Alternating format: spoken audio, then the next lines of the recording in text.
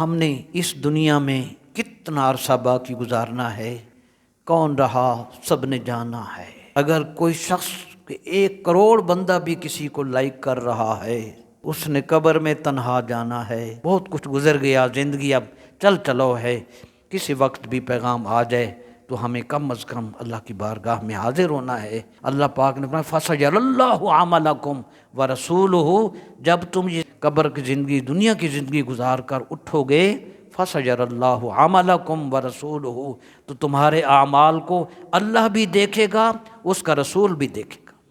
جس آدمی نے ریٹائرمنٹ لینی ہوتی ہے وہ اپنی ACR خراب نہیں کرتا، اس کو پتہ ہے کہ میں نے ریٹائر ہونا ہے، میں نے جانا ہے، میری فائل پٹ اپ ہوگی، میری پینشن بنے گی، مجھے واجبات ملیں گے، وہ اپنی تمام ریکارڈ کو درست کر لیتا ہے۔ اگر اس دنیاوی زندگی کے لیے آپ اتنے کانشیس ہوتے ہیں تو آخرت کے لیے بھی ہمیں اپنا خیال رکھنا ہے۔